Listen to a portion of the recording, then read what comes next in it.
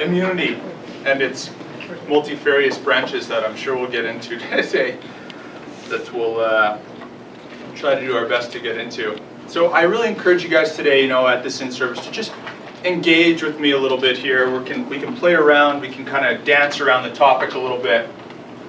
But I like this, this is a nice quote to start with. Almost all aspects of life are engineered at the molecular level, and without understanding molecules, we can only have a very sketchy understanding of life itself. By Francis Crick, co-discoverer of the DNA double helix.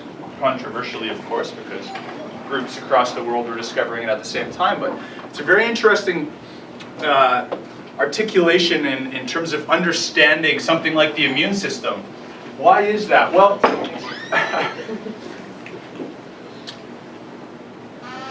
why is that interesting? Well, because we can contrast something like this to the likes of traditional Chinese medicine, Taoist medicine, or really, which was really changed to, it actually should probably be more considered Confucius medicine, because he had really changed so much of the system of medicine at the time. Or it can be contrasted to something like the Ayurvedic system of medicine. And if I even dare say, it might even be contrasted to something like the allopathic medical system in the way that we deal with the immune system. We'll start right off here, and I'll give you a little story. And it's about a man named Birbal. And Birbal was a member of the courtship in the courtyard in he was a Mughal, and the Mughals were this Muslim rulership in India. Anybody know what I'm referring to here? Do you guys know the Mughals at all? No? Mughals, the Mughals? Okay. Yeah, you guys thought I was talking about Harry Potter. So this was a group of kingship classmen who ruled in India for a long time in certain areas of India. And Birbal was a trusted assistant to the king. And many of the people around him were very, very envious and jealous of the way he behaved and acted. And they were always trying to burn him, essentially. I mean, not literally, although the story will actually seem like it was, but metaphorically, always trying to rid him because of the close companionship of the king that they had, and kind of to the exclusion of everybody else. And Birbal was very clever. He was very clever. He was always using stratagem to get around things. And so when one day they were doing this courtyard appearance, and they challenged Birbal to basically demonstrate his greatness and why he should be so close to the king and so forth. And they had set up a system where they wanted him to prove he had basically been saying that he was going to heaven and getting these stories and being able to relay them over to the king, and they wanted to challenge him to this. And so they set up this huge funeral pyre, essentially, of wood, and they said, if you can do this, you must stand in the center and get burned up, and then go and and then return yourself, because you keep saying that you're going to heaven and coming back. And Birbal accepted this, but in his infinite wisdom, he realized that he needed to create a plan. So a couple days before, he ended up digging a tunnel underneath. And they stood in there and they burnt this whole thing while Birbal was inside, and suddenly Birbal disappeared. And he had no idea what had happened. And he hadn't returned for days, actually, and everybody became very saddened by his loss. And so eventually, those who had plotted against him confessed. They confessed to killing Birbal to the king, and the king was utterly upset, and actually was going to kill these men as a result. Yeah. But it was at that time that Birbal made his reappearance and so forth, and this was the stratagem that he used. And you say, what the hell does Dr. Roth have to tell us? There's some story about the Mughals who, from Harry Potter, that apparently ruled India at some time. Well, the reason I bring this up is for two Sanskrit terms, which is kala and bala, which I think is very apropos to what we're talking about here in the biomedical and allopathic medical communities, in the ways in which we are addressing the immune system. How is that so? Well, kala is stratagem. That's what it means in Sanskrit. And bala means force. And the point of the story is that it's always better to use stratagem than it is to use force to be able to induce an effect. And the same thing goes with the immune system. It's always better, and you can remember these words if you'd like. It's always better to use kala than bala when we're dealing with the immune system. Why is that? Because the conventional medical therapeutics that we use in the immune system are all about force. They're all about bala. They're all about using this rather than stratagem. And for some reason on the periphery lies more of this community's medicine. No metaphor in the community here, but our entire greater community's medicine, where we're using stratagem to make these effects on the immune system in the whole body to actually change the profile of the immune system. So rather than using all of our cortisone injections and our anti-inflammatory modulating medications to deal with basically all of our immune dysregulations, we're going to be we like to use things that are actually going to induce a different effect to change the immune system. We have very few medicines that are capable of doing this in allopathic medicine. Can you guys think of many that actually stimulate and proliferate an immune response at some level? Neulasta. What's that? Neulasta. Tell me about that. It's an injection that actually helps pull immune cells from your bones. Like TNF alphas and stuff like that, these injections? I don't know the exact terms. So. Sure. Yeah, that's interesting. That's very fascinating. And so, you know, what's interesting is and I'm not trying to be hard on the allopathic medical community. You know, it's that we need to be able to reshape the way that the immune system is operating. So, which brings us to this idea around epigenetics. What is epigenetics? Well, epigenetics is this whole study that emerged out of the idea of our work around the Human Genome Project. The Human Genome Project was this great success. It was hailed as a success. And in some ways it was. Don't let me be too critical on it here, but in other ways it was a bit of a failure. We needed at least 100,000 different genes to explain the model at which we were looking at life through. We needed at least 100,000, probably like 200,000 or 500,000. And what did we end up getting through the Human Genome Project? We mapped out about 20,000 different genes. And I kind of said, oh, that was crazy, because the most basic inchworm is about 18,000 genes. And there's a bit of a gap in our understanding here. And so epigenetics is understanding how can we have such complicated communities and such complicated organisms, such as ourselves, being differentiated from our pineapple over there that probably has, 10,000 different genes in it, or 5,000 different genes, or this earthworm that has an equivalent number of genes. So what we discovered was it's really the way that the protein complexes interact and the way that all of these fold together that actually express life and dictate if I should get 2 eyes or if I should get a little worm tail, something like this. Okay, so who's this guy? Well, this guy has been around for a long time, and somehow he's found the elixir of life. Perhaps. We have it here. Well, you say, well, why? What does tea have to do with the immune system? Well, we'll get there. So, Camellia sinensis. Look at the list here. Just take a look at the list there for a second.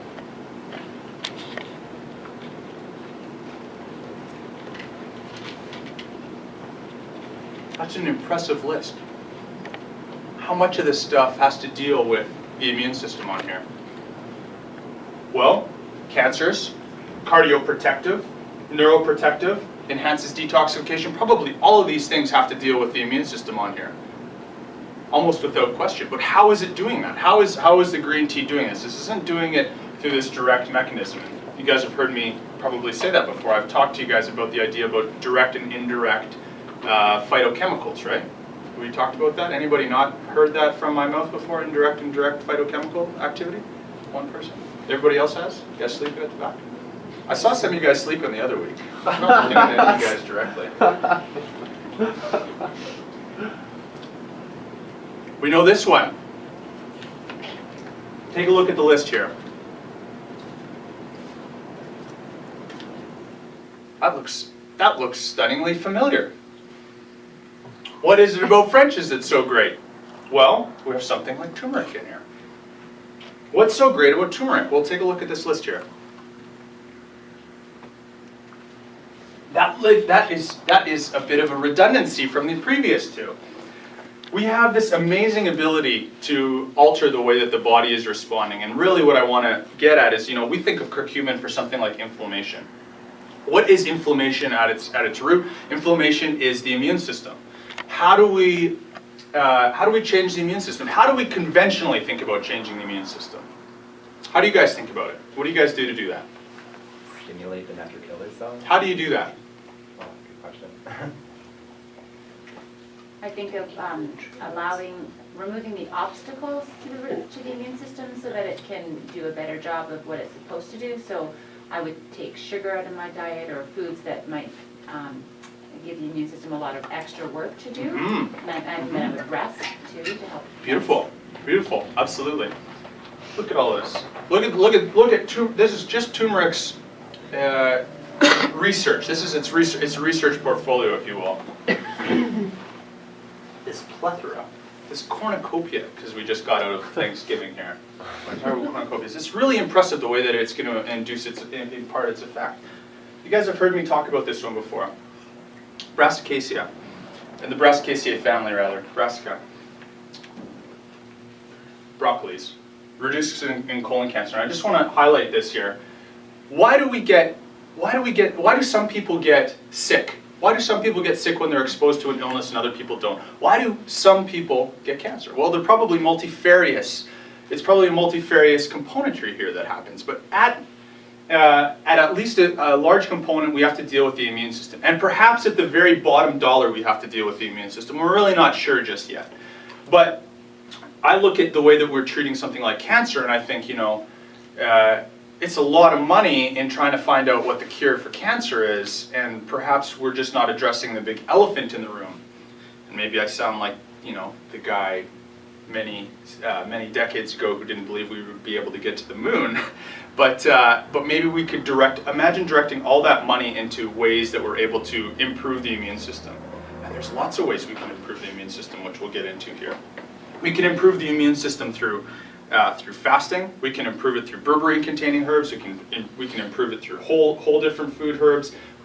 We just saw the way that curcumin does it. We just saw the way that green tea does it. This is very impressive, and right now we're looking at the decreased risk in colon cancer just from broccoli consumption, and I'll explain this in a minute. This is really huge, because when we talk about cancer and colon cancer, something like this, we have to talk about the immune system and what's happening here. We're making a modulation on the way that the body is responding to inflammation and the way that the body is responding at a cellular level. Just here, taking a look at this, we can reduce the risk by about half by having, just under 100 servings per month, Now that's a handful of servings a day, but really it's just a handful of broccoli each day that we're consuming that's nice and raw. And if you take a look at the decreased risk in cancer consumption, where per grams per day, if we just kind of use this model here, if you were consuming about 400, you'd have such a low risk. Now, why is this? Why is this happening? How does this impart its effect on the immune system in such a fantastic manner? And we've spent billions of dollars and can't really understand how to really get a hold of the multifarious nature of cancer. And I think that part of the answer resides in the fact that, cancer is really this symptom of something else that's going on underneath it. And I think that a lot of the diseases that we just saw in terms of the ability to prevent and modulate, when we go back to the slides here and take a look at this, because I knew that this was coming up here, we have all of these different, we have this way in which we're able to impart this larger effect that's happening. This is really impressive here. This is really impressive to be able to do this to the immune system. So we say, what is it? And this is around the idea of direct and indirect phytochemicals, and I related in this one to antioxidants. But ultimately what we're talking about is this fact that you guys have probably heard me talk about this before, between direct and indirect antioxidants. This was discovered by Dr. Robert Roundtree, who kind of put this whole idea together. But ultimately, what we're seeing is that we can create a direct effect or an indirect effect. And the indirect effect is very interesting, because what it does is it actually changes the way that the genes in the cell is actually expressing. This is epigenetics. Everything we eat is going to change that. Everything that we bring into our body is going to interact with our genes at a certain level. And we know that we can either upregulate the immune system, down-regulate it. We can up-regulate metabolism. We can down-regulate the metabolism, all at the level of the genes. This is very fascinating here. So let's just come through some of this stuff till we get right to the crux of it here for a second.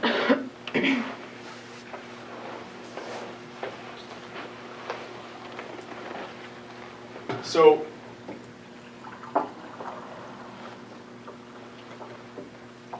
this is really the heart of it here. This is really the heart of how this starts to happen. When we consume at certain dose-dependent relationships, and you guys heard me talk about hormesis before. Do you guys remember what hormesis is from one of my previous talks with you guys? Anybody remember hormesis? It's the amount that you have to take to cause an effect, basically. That's right.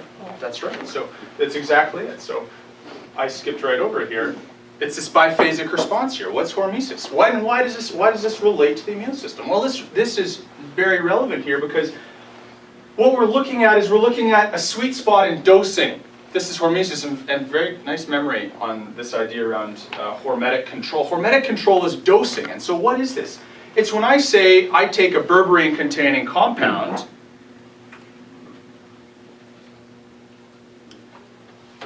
Hydrastis canadensis, Berberis aquifolium, Berberis vulgaris, and I say I want to direct an effect on the body, either as an antimicrobial or I want to improve immune modulation.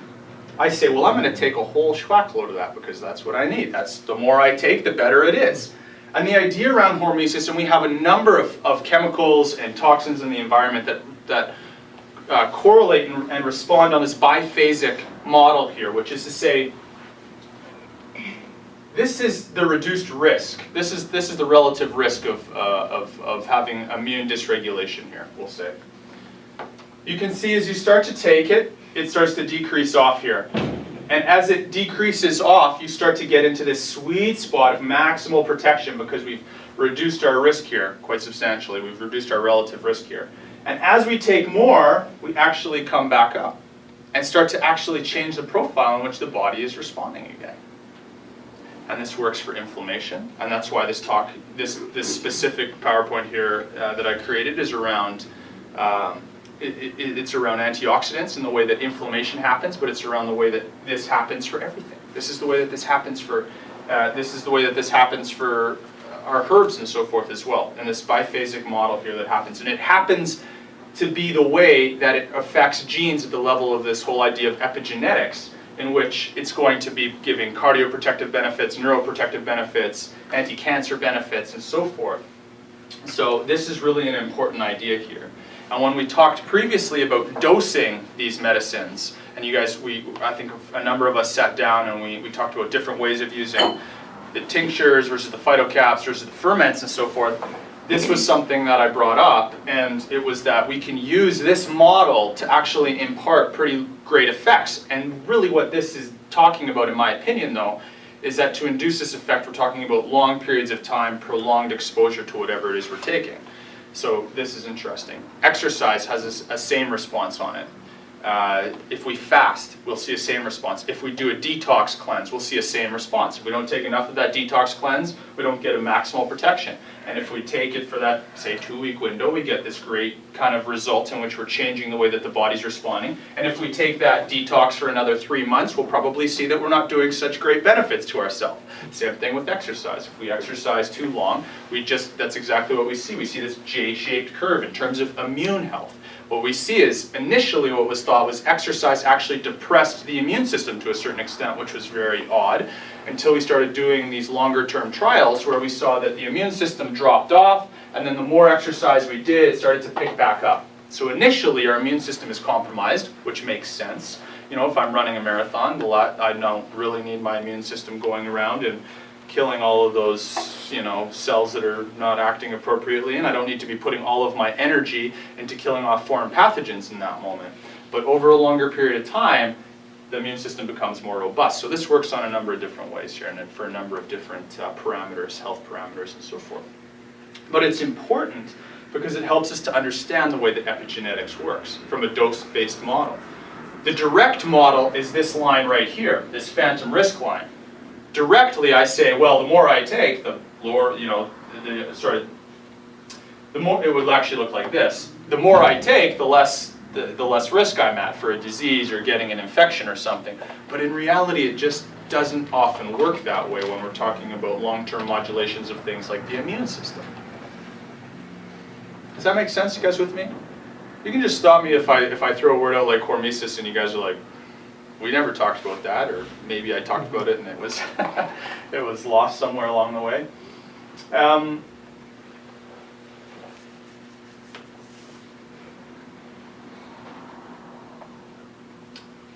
Mild intermittent exposure to stressors that generates an adaptive response that increases resistance to additional stress.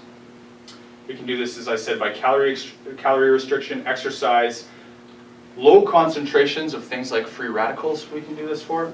Low-level transient ischemia, which is just to say that we block off the blood for a certain amount of time. And what happens? The body and the immune system go in and reproliferate to create a stronger response. When I go and run, what I'm doing each time that I'm running is I'm actually creating a little bit of ischemia if I push myself hard enough. That is to say, I don't quite get enough blood in my leg, and so the body starts to do this super compensation response where it says, well, we got to produce more mitochondria and get more capillaries in there, and get the immune system active to help build this stuff, because next time we go running, we want to be ready. And then, you continue down that path there. Well, the same kind of principle starts to work as well with other ideas. In terms of herbs and health and so forth. So all of these different ideas. And here's this real interesting one. This low dose of phytochemicals gives us and confirms the same response pattern. This is really paradigm shifting for me, for myself. I'm extremely fascinated in this. Why can we give lower doses of botanicals and get an improved response? Because you've probably heard me say as well, a lower, at some of our previous talks, we can do safer, more effective medicines with lower doses. Such a paradoxical idea that we're proposing here. And this helps to explain exactly where I was coming from, and really helps to explain as well ways that we can help modulate the immune system. We probably can't modulate the immune system by just constant exposure and bombardment to high doses of echinacea for months on end, or to berberine-containing herbs for months on end. That's probably just not going to work for us. It's probably going to give us adverse effects. But we could probably do that same thing at lower doses. And conventional Western rationalism would help us to say, well, that's probably just not going to be as good as if I gave more of a dose. But this really isn't necessarily the truth. And this is fascinating here. This is really interesting. So you guys might have heard me throw around the name Denham Harman, and this is where this whole idea comes from. Is that Denham Harman had this idea that the more of something we take, the more effect that we're going to have, whether it's an inflammation or modulating a response of free radicals and so forth. And this changes. So going into this idea of an adaptive stress response. So when we talk about what your initial question was there about different adaptogens versus stimulating ways for the immune system, this is probably a good segue here. So when we talk about trophorestoratives and so forth, and if we look at adaptogens for a second, there's kind of three primary adaptogens that you'll see. And if you read Impact Magazine's supplement guide on adaptogens, you would see that I wrote about these. But you'd also know that if you know Kerry Bone, that I just stole them from him. So really the credit to these three overarching ones go to Kerry Bone, and actually it was his teacher that enlightened him on this. But it's the idea that we have kind of pure adaptogens that will help modulate a stress response in the immune systems. We have stimulating adaptogens, which will help really stimulate an immune response, or stimulating immunostimulants, if you will. And we have trophorestoratives, stimulating obviously being kind of, we give it and we really up the macrophage activity, natural killer cell activity. Sounds familiar to things like, say, the mushrooms that we talked about last week. And then the trophorestoratives, which is really this kind of lower-lying ability to just help restore kind of depleted organ systems and so forth. That's the trophorestorative aspect of this. And so when we examine that, we say that the purest modulating thing that we have is something that's going to help kind of economize the inflammation system and kind of make it most appropriate. And that's kind of what we say is a pure adaptogen. And we also say that for cortisol, and we say that that's going to affect the adrenal glands and the cortisol response. Well, what's interesting is that cortisol is the body's natural anti-inflammatory. Hydrocortisone is what it is, right? This is just what we built prednisone off of. In pharmacy, we use prednisone, which is just, I can't remember how many times higher. Ugh. I don't want to add an extra 0 on there. It's like 30 times stronger. It might actually be 300, but I don't. It's been too many years since I've looked at that number. But we'll say it's 30 times stronger to have prednisone. Well, it's just a steroid. These are just stronger or weaker steroids. But this affects the way that the immune system is going to be able to mount an immune response or something like this. And so from this sense, we say that our purest adaptogen is something like Siberian ginseng. It just helps to economize that stress response. It helps to deal with inflammation, and particularly at the level of the cardiovascular system. It improves activity of it. It improves the immune system in a very regulated manner. When we talk about an immunostimulant, we start to talk about, well, classic things like echinacea. I told you we would get around to echinacea and the way that it stimulates the immune system. And this is interesting because we have a number of herbs that are able to just kind of pop you right up there. Another good example of something like that would be licorice. Glycyrrhiza glabra has this ability of being really a true stimulant, if you will, in that respect. And those are important. And what I think is a bit of a common misconception when we talk about these, and then we'll get back into this when we hit the tropho-restorative aspect. But what's interesting about immunostimulants is people like to say, well, I don't want to take them because I have an autoimmune condition, or I don't want to stimulate my immune system, or for whatever reason that is. And that is interesting. You know, and I did my internship at the HIV and AIDS Center, Sherborne Health Center in Toronto, and one of the things that was very interesting was the research at the time that was coming out around using echinacea in HIV patients. And the theory is that, you know, well, we don't really want to use anything that really promotes this extra stimulation of the immune system, including even things like Panax ginseng, which will increase the activity of the immune system, probably things like our mushrooms that we talked about last week, and kind of our paragon of immunostimulants, which is our echinacea. And when we look at that, we say, well, we shouldn't use it. So we did some clinical trials. Not myself or the group I was with, but in the large, I used the royal we.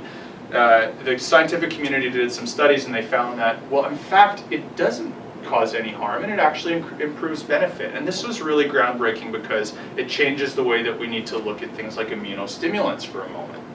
Can we use them in autoimmune conditions? Well, I don't want to see any of you guys end up in court for giving somebody an immunostimulant and then getting blamed for it exasperating the condition, but I think that there probably is a strong argument to be made from the literature that's coming out that we actually can.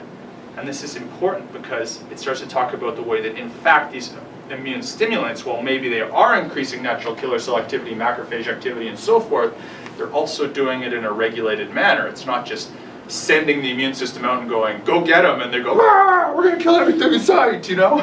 We're going to go and eat your lung, or we're going to eat like the tissue off of your head. You know, that's what autoimmunity is, right? These immune cells go in and they just ravage everything, so to speak. But in fact, immunostimulants have this modulating effect.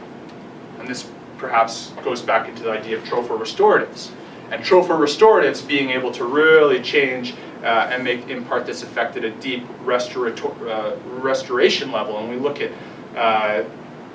things like perhaps astragalus to do this. And one Chinese doctor, TCM doctor, said that's not true. Astragalus is really a stimulant.